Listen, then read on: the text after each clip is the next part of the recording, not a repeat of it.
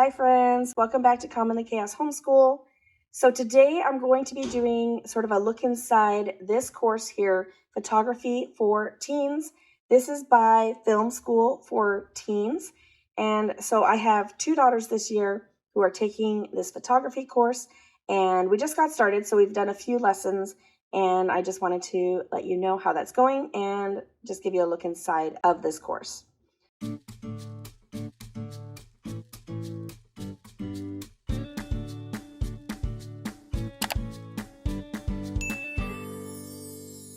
I got this course as part of the grade 6 Timberdoodle kit. I did customize it. It came with a different course, but my 8th grade daughter said that she was interested in photography, so I decided to go ahead and get this one.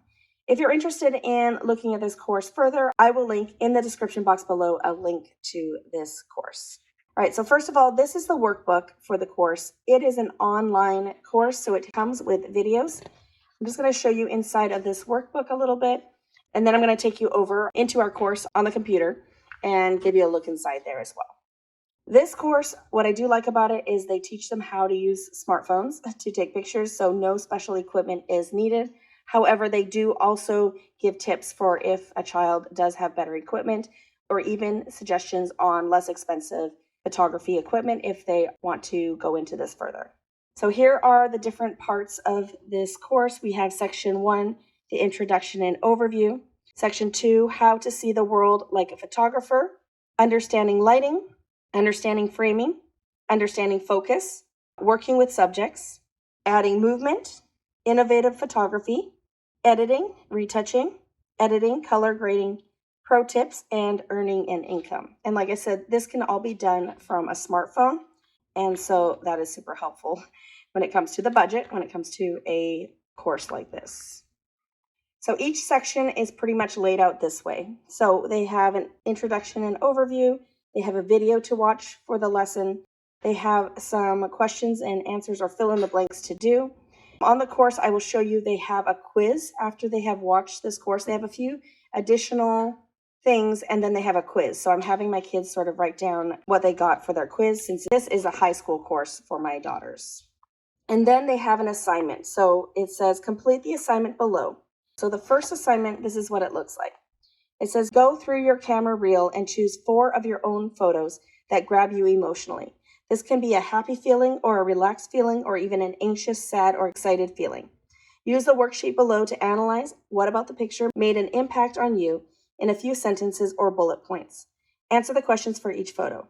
Describe this photo, what's in it, what do you feel when you're looking at this photo, and what is it about this photo that makes you feel this way? So we have a place to put information on all 4 photos. All right, so then we have section 2, and it just follows that same format. So this would be considered a half credit course if you did it in high school. And I'm just going to flip through a few pages here, and then I'll take you on to the computer and show you what it looks like in there. So this is what the assignments look like. So that is the workbook. And let me take you over onto my computer and give you a look there. Okay, so here I am inside of my Film School for Teens app. They do have several courses, so I'm just going to quickly click on that. So you can see they have like a life skills, they have graphic design, photography for teens, which is the one we're doing right now, intro to filmmaking, classic, and charter. So I'm guessing the charter school will not talk about God. The one that we do have will mention God every so often. We have YouTube for Teens Classic and YouTube for Teens Charter and Acting for the Screen. So those are the courses that Film School for Teens offers. Okay, so I'm going to go back to my dashboard. And so here are my courses. I have photography for teens. Now, I do have 2 children going through this, and they are doing it individually. So they just have to keep track of where they're at. They say that you are able to print off the workbook. So I have one official workbook, and then I did print off the PDF for my other child. So now here is the course.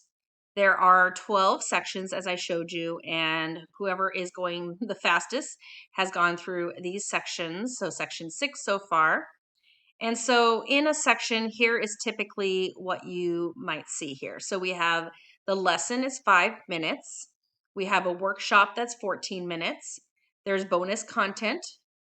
And then this is going to be the text. So I'm just going to click on this here. Okay, so it looks like they have some extra bonus content here. And then there's a section 7 quiz. So in each of these sections, as you can see, there is additional things that your child can go through and do. It's not just the main video and the quiz and the notes, as I showed you in the workbook. Okay, so I want to go in and show you a little bit of what a video looks like. So this is section 6, the video lesson, and I just want you to have a feel for it.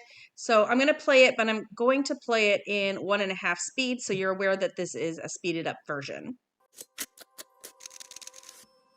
We spent the last few lessons diving deep into the things you pay attention to after you get the inspiration to take a photo. I call that the preparation stage. We covered lighting, framing, focus, and exposure. We covered each topic by itself, but a photographer considers all 4 of these elements every time he or she takes a photo, and usually that happens in just seconds. And once you've got that under control, you're almost ready to take that picture, unless you're working with a subject. When you're taking a portrait, or even a candid shot of people, there's so much you can do to get better results and get really interesting shots if you're able to work with your subjects to bring out their best. So let's dive into some tips and tricks for working with subjects. Okay, so throughout the video, they will have little pop-ups of important things that the child can take notes on, as well as filling out their workbook that helps them with that. And so that's just a look at inside the video. They also give you information about editing on your phone and probably off the phone as well. I did get this course, like I said, because you can use your iPhone to do it. One other thing that I wish I knew before I started this course was that you can get the PDF download of the workbook within the course. So once you have access to the course, you can get the workbook by just downloading it and printing it off. That would have been really helpful. It would have kept me from having to photocopy the whole book for my second daughter. Now, you are allowed to use this course with multiple kids within your home. Definitely check and see what a co-op rule might be, but within your home, you are allowed to use it with multiple children, and you can print this off multiple times. You do get access to the course for 1 year once you purchase it, so that is something to keep in mind as well. Yeah, so that is the inside dashboard and sort of what it looks like inside of here. So I wanted to film a quick conclusion for this video. Now, I did start recording this video a little while ago before we had really gotten into this Film for Kids series too far, but so far, as you just saw from the clip that I showed online, we are now about halfway through the course. So I just wanted to give you an update on how things are going. We are enjoying the course. I like the videos. I like the format. I like the length of the videos. I like that the kids have to take notes, that there's a quiz for them to take. I like the assignments as well. I do want to note that if you have an older iPhone, you might have to look for some apps that can help with some of the editing that they talk about, because my phone is, I think it's an XR, so it's like a 10, and so it doesn't have all the features that they mention in this program, which makes sense because it's a very old iPhone. So I have had to go online and look for some solutions as far as editing goes, but it hasn't happened a lot, and I've been able to find free apps or apps that we can use for like a week or a month for free, and have been able to edit in those ways. So I think this is a good course. My kids have been learning different photography techniques and editing skills, and I definitely do recommend it. I hope this video was helpful in letting you know whether or not this course might be of interest to you. Thanks for coming today, and I hope to see you all in a future video. Bye, everyone.